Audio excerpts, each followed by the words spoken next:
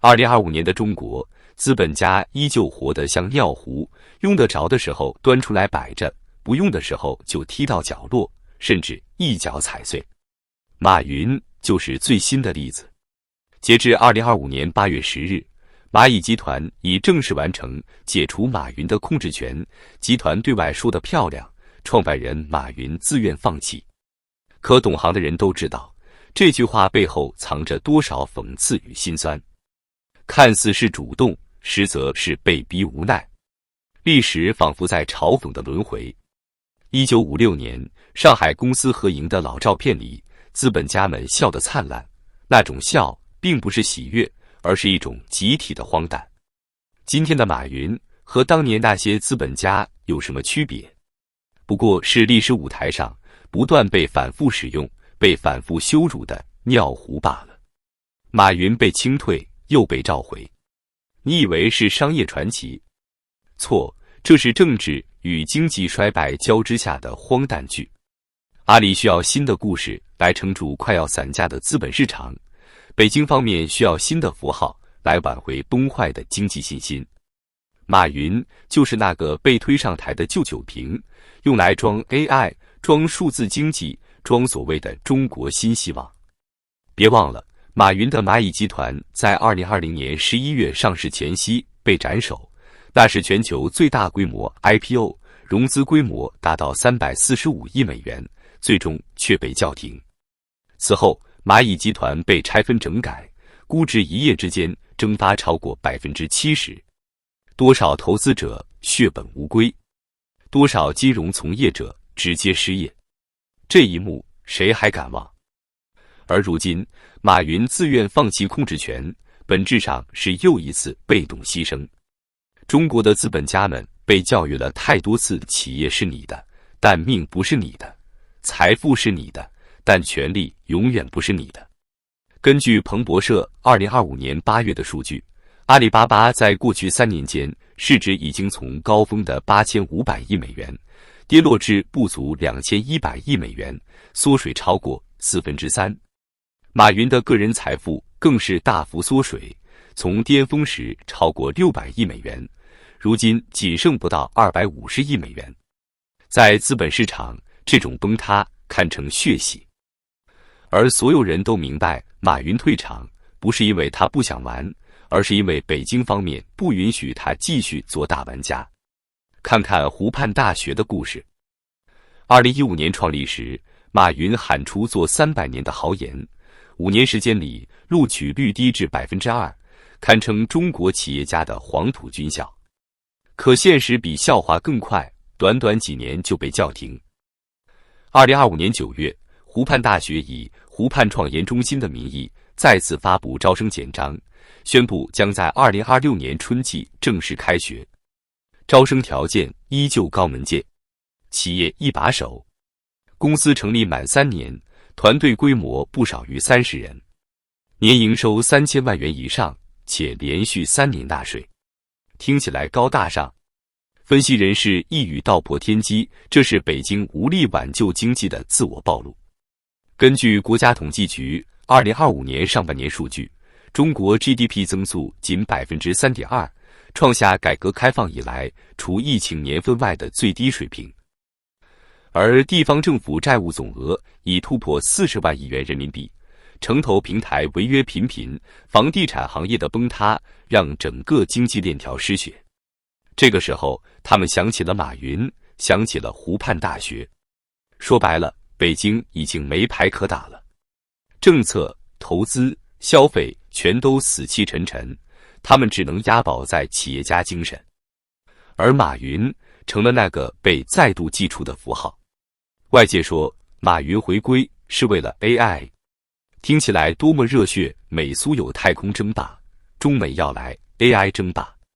可问题是，中国的 AI 真能打吗？来看几个冷冰冰的数据。2024年，中国在全球 AI 顶级会议 NoIPS 的论文录用数量首次被美国全面反超，份额跌至 18%， 而美国占比超过 40%。在大模型算力方面，根据2025年 IDC 的数据，中国算力总量只相当于美国的38%，而高端 AI 芯片几乎全部被卡脖子。中国本土 AI 公司融资断崖式下滑，2024年全年融资总额不足200亿美元，较2021年的峰值缩水超过60%。所以，所谓的 AI 争霸，更像是一次自我安慰。阿里虽然在推动大模型落地，可没有算力，没有芯片，一切都只是纸上谈兵。马云的回归，也许只是一个精神麻醉剂。资本家在中国的宿命早已注定，需要你的时候，你就是国家的骄傲；不需要的时候，你就是资本无序扩张的代表，要被整顿，要被羞辱。马云不过是最典型的案例。滴滴的成为，腾讯的马化腾，拼多多的黄峥，哪个不是在政策收紧中被迫低头？2021年到2023年，中国互联网企业市值合计蒸发超过1.5万亿美元，数以百万计的互联网人失业。谁来承担这些代价？资本家是尿壶，这句话残酷却真实。马云今天的遭遇，不过是所有中国企业家的写照。而最悲哀的是，这个国家的经济困境，并不是靠一个马云就能解决的。湖畔大学重启，马云频繁露面，听起来像是救世主回归。可现实是什么？中国的经济衰退，并不是缺一个马云，而是缺无数个马云都救不了的系统性信任。来看几个数字。2025年，中国房地产投资同比下降 12.5%， 这是连续第4年下滑，新开工面积同比下降 20.3%， 几乎腰斩。房地产链条相关行业钢铁、水泥、家电全面萎缩。2025年上半年，中国青年失业率仍高达 21.7%， 创下历史新高。甚至有机构测算，如果加上灵活就业和家里蹲，真实失业率接近 40%。居民消费更不敢提。国家统计局数据显示，2025年人均消费支出同比仅增长 1.2%， 远低于通胀水平。换句话说，中国人正在躺平式消费，能省就省，能不花就不花。在这样的背景下，马云的回归能刺激多少？顶多在资本市场掀起一阵短暂的浪花。阿里股价也许会因为精神领袖回归涨几天，但整个中国经济的下行轨迹是马云一个人能扭转的吗？别忘了，2025年地方政府债务风险全面爆发。国际评级机构标普在8月的最新报告中直言，中国地方政府融资平台债务已突破60万亿元人民币，其中1/3存在严重违约风险。你让马云去补这个窟窿，那简直是笑话。马云今天的笑和1956年资本家的笑一模一样，那是一种被迫的笑，是政治氛围里的生存表演。中国的资本家宿命早已写在剧本里，当经济需要他们，就把他们抬上神坛，让他们出现在春晚，出现在新闻联播，成为改革开放的象征。当政策转向，就一夜之间打落神坛，冠上资本无序扩张扰乱市场秩序的帽子，罚款、清算、边缘化。以互联网巨头为例，2021年，阿里巴巴因反垄断被罚182亿元人民币，创下中国历史上最大规模罚款。2022年，滴滴被下架整改，市值从600亿美元跌到不足150亿美元。2023年，美团、京东相继裁员，大批中产阶层失业，互联网行业光环彻底褪去。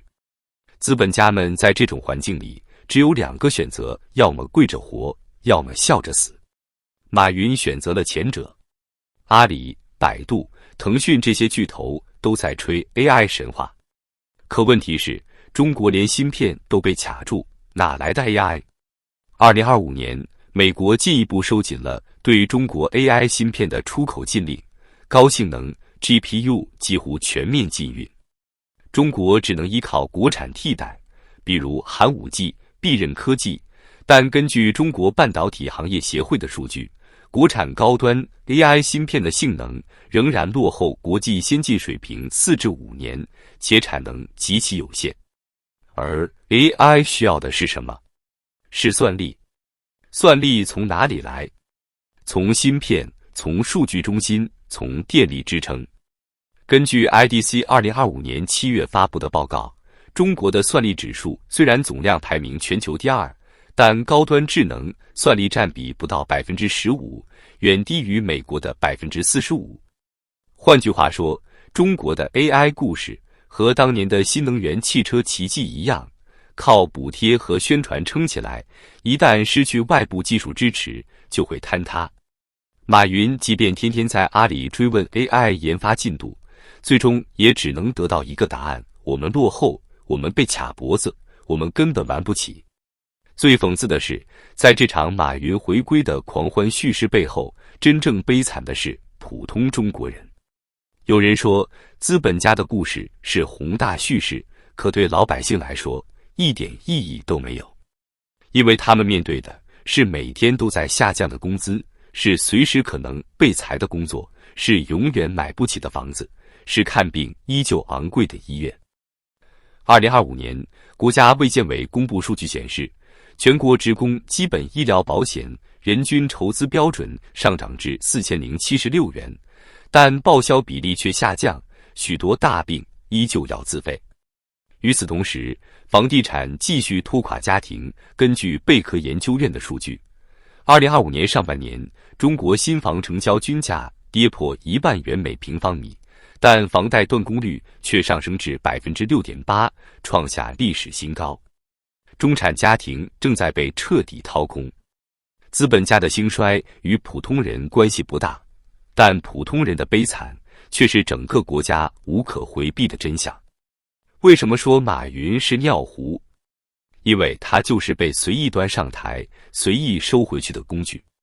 经济不行了，需要他出来撑场子，就请他回来，甚至让他搞湖畔大学，帮忙培训新企业家。等经济稍微缓过来，或者新的矛盾出现，他又会被收拾。资本家在中国的命运不是财富的自由，而是永远的不自由。他们的财富不是靠产权保障，而是靠政治施舍。今天能拥有，明天可能就没了。中国的资本家就像一个又一个被反复使用的尿壶，被需要时是光鲜亮丽的企业家楷模，不需要时是随手就能砸碎的资本祸害。2025年的今天，我们依旧看到这个荒诞的循环。湖畔大学重启了，马云回归了，AI 神话吹起来了，但老百姓依旧失业，房子依旧卖不出去，地方政府依旧债台高筑。马云救不了中国，中国也救不了马云。而历史的嘲讽在于，这一幕我们其实已经看过太多次了。